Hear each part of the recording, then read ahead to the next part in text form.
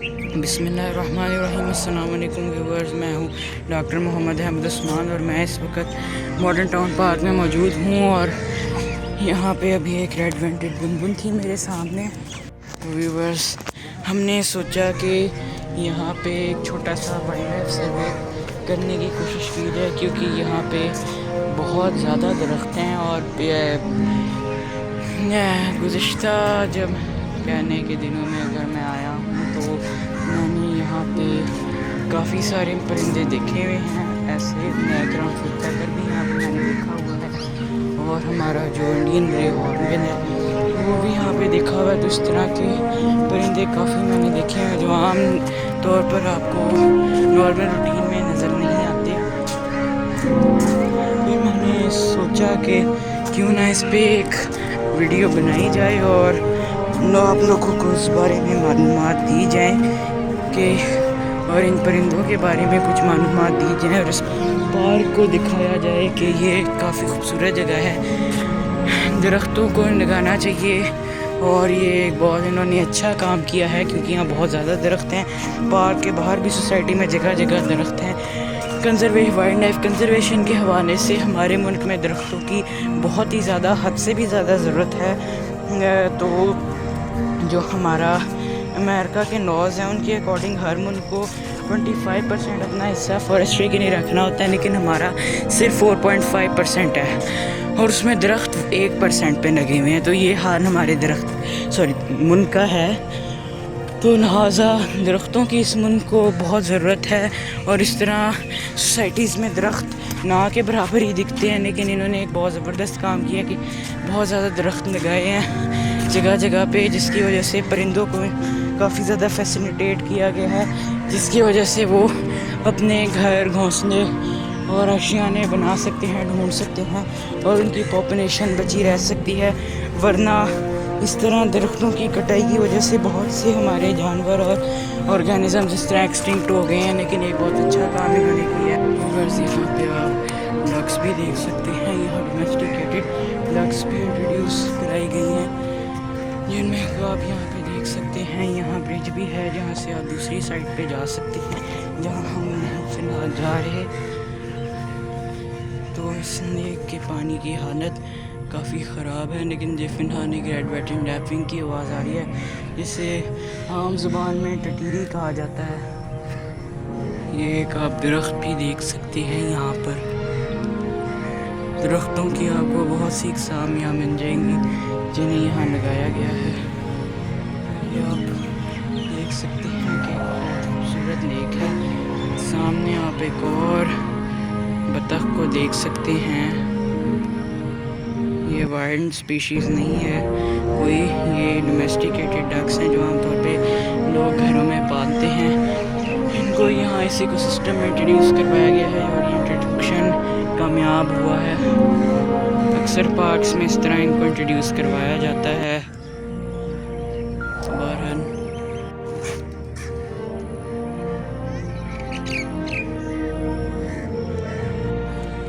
मैं दूसरी साइड पे आ चुका हूँ, फेंस की या रेलिंग की। तो यहाँ पे आप इस लेक को देख सकते हैं। सामने कौवे घूम रहे हैं या मैना घूम रही हैं, जिन्हें हाउस क्रो और कॉमन मैना कहा जाता है। दूसरी साइड पे बहुत सी डक्स हैं। यहाँ पे ब्रिज है, आगे कुछ स्टूडेंट्स आ रहे हैं। दोबारा यहाँ पे फ़िलहाल मैं बैठ चुका हूँ इस फेंस पे। सामने आप 3 डक्स को जाता हुआ देख सकते हैं, जिनका यहाँ पे इकोलॉजिकल रोल यही है कि यहाँ पे मुख्तलिफ़ किस्म की डाइट को, सीड्स को, घास को और उस तरह की काई वगैरह छोटे एक्वेटिक स्पीशीज़ कोई छोटी छोटी मछलियाँ जो इनको मिल जाए उसको ये खा सकते हैं। तो फ़िलहाल मैं यहाँ पर बैठ चुका हूँ आकर। तो थोड़ी देर में इंशाल्लाह यहाँ पे एक्सप्लोर करेंगे कि क्या क्या स्पीशीज़ यहाँ पे आपको हम दिखा सकते हैं और इनकी इंफॉर्मेशन आपसे शेयर कर सकते हैं।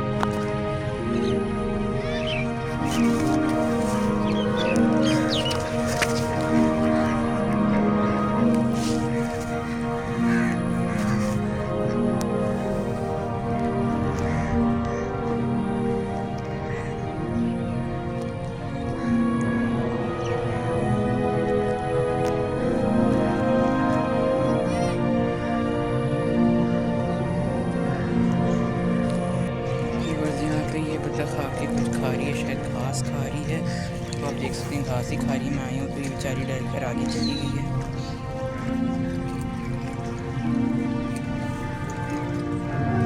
तो आप इसको आगे जाता हुआ देख सकते हैं, ये काफ़ी खूबसूरत है।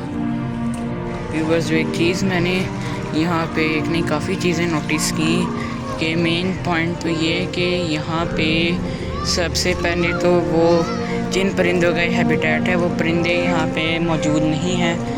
जैसा कि मेनली यहाँ पे इस तरह के जो जहाँ पे भी पानी हो वहाँ इंडियन पॉन्ड हेरन बहुत कॉमनली पाया जाता है। जो इसके करीब में ही जो नवाज शरीफ पार्क है वहाँ पे काफ़ी ज़्यादा पाए जाते हैं, और इस तरह वाइट थ्रोटेड किंगफिशर भी पाया जाता है। तो बहुत से ऐसे परिंदे पाए जाते हैं इस हैबिटेट में, लेकिन यहाँ पे नेक पे एक भी इस हैबिटेट का परिंदा मुझे नज़र नहीं आया। सिर्फ जो इंट्रोड्यूस यहाँ पे डक्स हैं वो हैं। इसकी मेरे ख़्याल से दो मेन वजहें। पहली तो कि यहाँ पे मोटर बोटिंग जो है, मोटर बोट जो चलती है उसकी वजह से यहाँ का पूरा पानी जो है वो मुसलसल हिलता रहता है। हर थोड़ी देर बाद एक राउंड पे वो आती है, तो जो डक्स हैं ये भी बार बार बाहर निकल जाती हैं उसकी वजह से डर कर।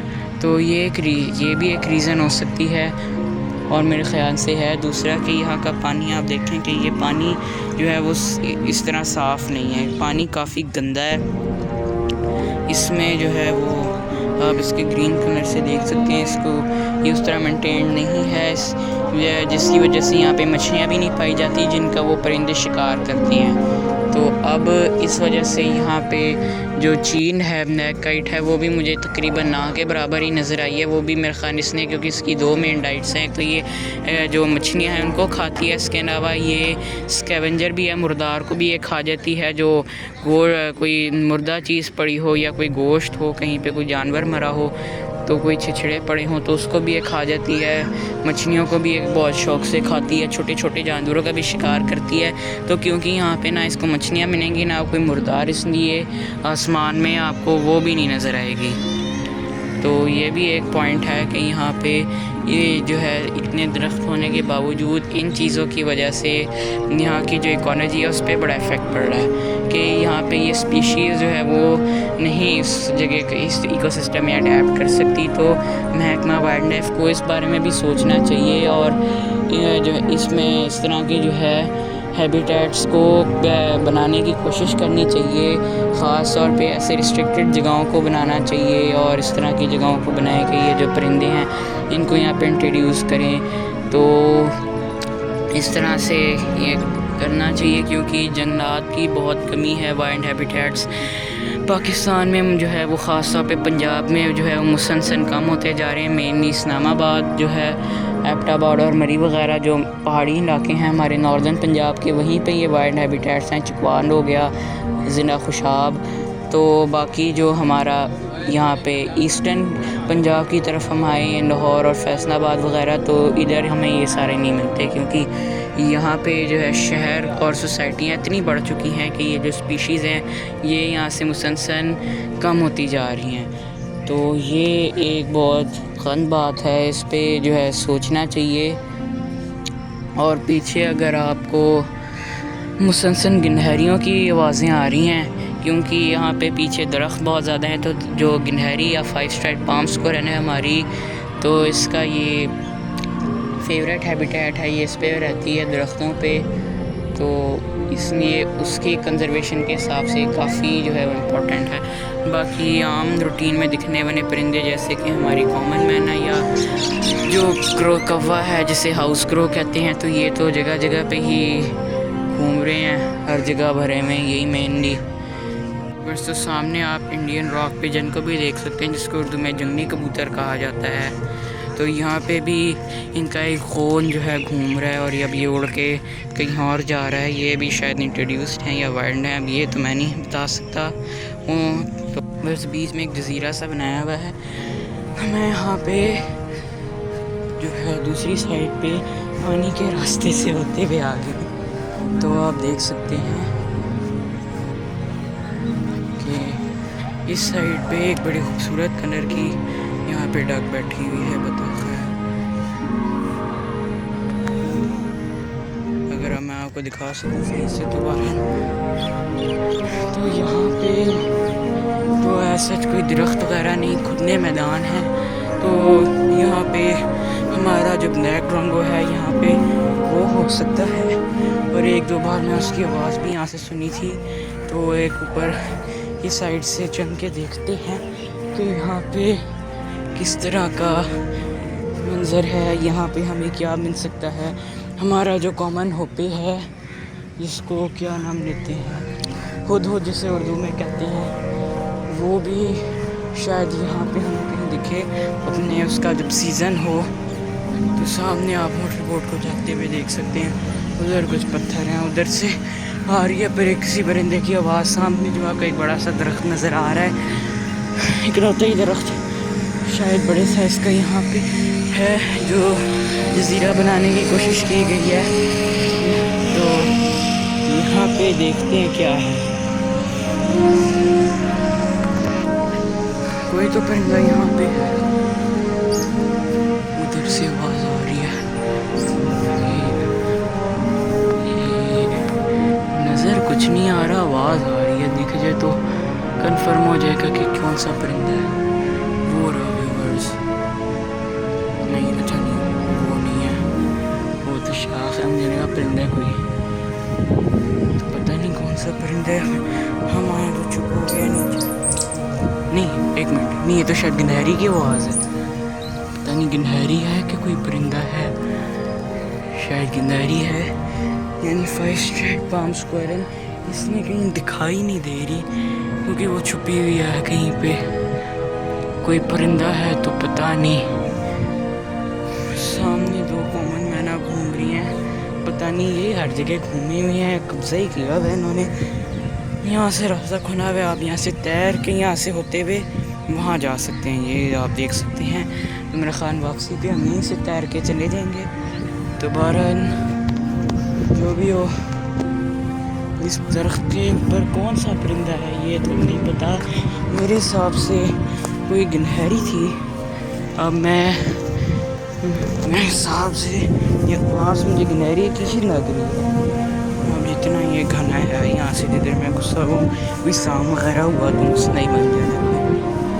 तो सांप कोई भी आपको दिखे तो आपने उसको इस तरह यही सोच के पकड़ना है कि ये वेनमस है, जहरीला है। ये रिस्क कभी नहीं लेना कि ये जो है वो हो सकता है नॉन वेनमस हो। ये कुछ ना कहे, अगर आपके जो है बहुत करीब आ जाए, आपके ऊपर कोई अटैक वगैरह कर दे, तो आपने काउंटर में उसको हमेशा जो है वो इस नीयत से पकड़ना है कि ये जहरीला है। क्योंकि अगर आपने सोचा कि नॉन वेनमस है, कोई जोलॉजिस्ट अगर नहीं है, इकोलॉजिस्ट नहीं है, उसको तो नहीं है पता आम बंदे को कि जहरीला है नहीं है, तो फिर आप या फिर कोई जोलॉजिस्ट भी हो तो वो बैरून मुल्क अगर जाए तो उसको उस वहाँ की स्पीशीज़ का क्या पता कि वहाँ पे कौन सी स्पीशीज़ हैं। तो वो भी जो है उसको कोई सांप दिख जाए तो उसको, तो अगर वो जहरीला हो वो अंदाज़ा लगाए शायद ये फना जीन्स का हो, ये जहरीला ना हो, वो पीछे से जहरीला निकल आए, वो उसको फिर जो है वो मसला बन जाए। तो उसको आपने जो है या तो आप वहाँ से चले जाएं या उसको ये सोच के आप पकड़ें कि ये जहरीला ही है। या उसको अगर आप कोई घर वगैरह में कमरे में घुस जाए तो उसको फिर बेहतर है कि अगर आपको जो है नहीं पकड़ना आता तो आप उसे मार दें। क्योंकि जिनको नहीं पकड़ना आता वो पकड़ने की कोशिश ना करें। सांप आपको डस सकता है और जानवर तब तक आपके साथ एग्रेसिव नहीं होता जब तक आप उसके साथ एग्रेसिव ना हो। तो आपने ना घबराना है, ना डरना है, ना कोई इस तरह रिएक्शन देना है सांप को देखने पर। और सामने जजीरे पे तो कुछ नहीं मिला। जो आइलैंड बनाने की कोशिश की गई है वहाँ पे मुझे कोई परिंदा नहीं मिला। तो बहरहाल यहाँ पे वुड पैकर्स और डव्स के अलावा तो मेरा नहीं ख्याल कोई जो है आपको मिलेगा, क्योंकि यहाँ पे मेनली एक ही जो है वो हैबिटेट है, जो एक जो क्या में एक ही जो है स्टेबल हैबिटेट है। बाकी जो है यहाँ पे मोटर बोट की वजह से कुछ भी नहीं जो है यहाँ पे एक्वेटिक स्पीशीज़ आपको मिलेंगी डक्स के अलावा। तो सामने आपको जो है वो दोपहर के टाइम या असर के टाइम जो है वो कॉमन होपे और जो ब्लैक ड्रोंगो है, जब उनका सीज़न होगा, जब वो माइग्रेट करके आएंगे तब वो यहाँ पे आपको मिल जाएंगे मैदानों में। जो ब्लैक ड्रोंगो जो है कीड़ों का शिकार करता है, जो हमारा कॉमन होपे है जिसे हुदहुद कहते हैं उर्दू में, वो यहाँ पे जो अर्थवॉर्म्स या कींचुए जिन्हें कहते हैं उनका अपनी लंबी चोंच से शिकार करने की कोशिश करता है।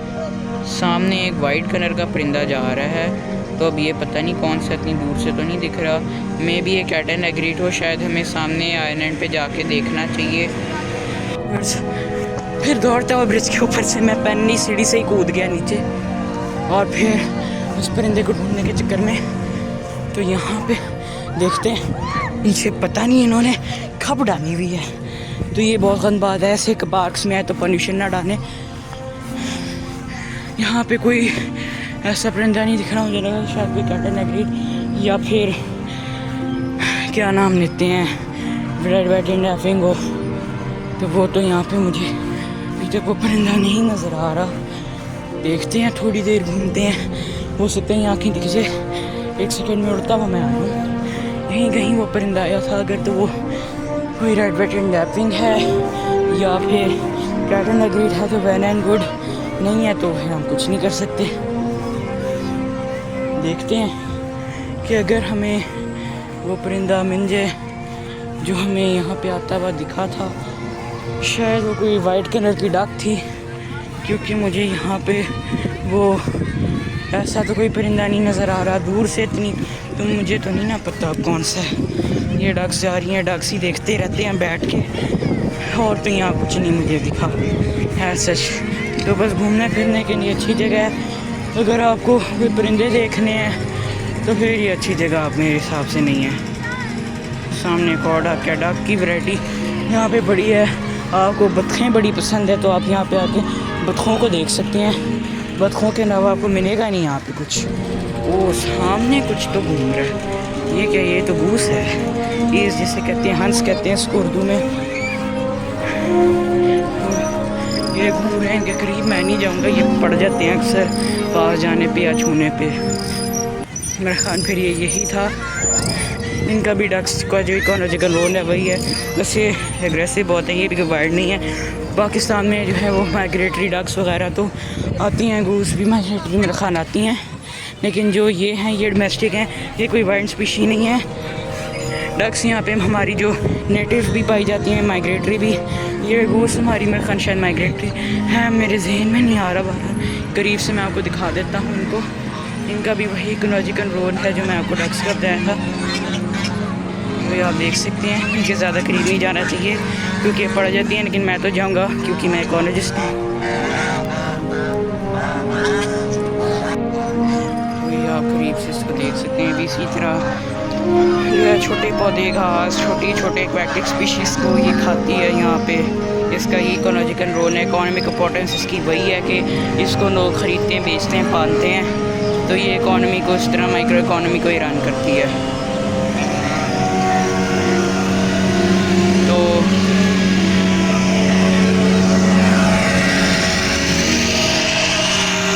ये इस आइलैंड की इकलौती स्पॉट है जो मुझे अच्छी लगी, क्योंकि यहाँ पे खुशकी से खड़े होकर नीचे साफ़ पानी आप देख सकते हैं क्लियर। यहाँ पे आपको ये भी घूमती हुई नज़र आ रही हैं। तो यही थी मेरा ख्याल जो मुझे उस टाइम उड़ता हुआ दिखा था परिंदा। ये तो खुद मेरे से डर रही है। खैर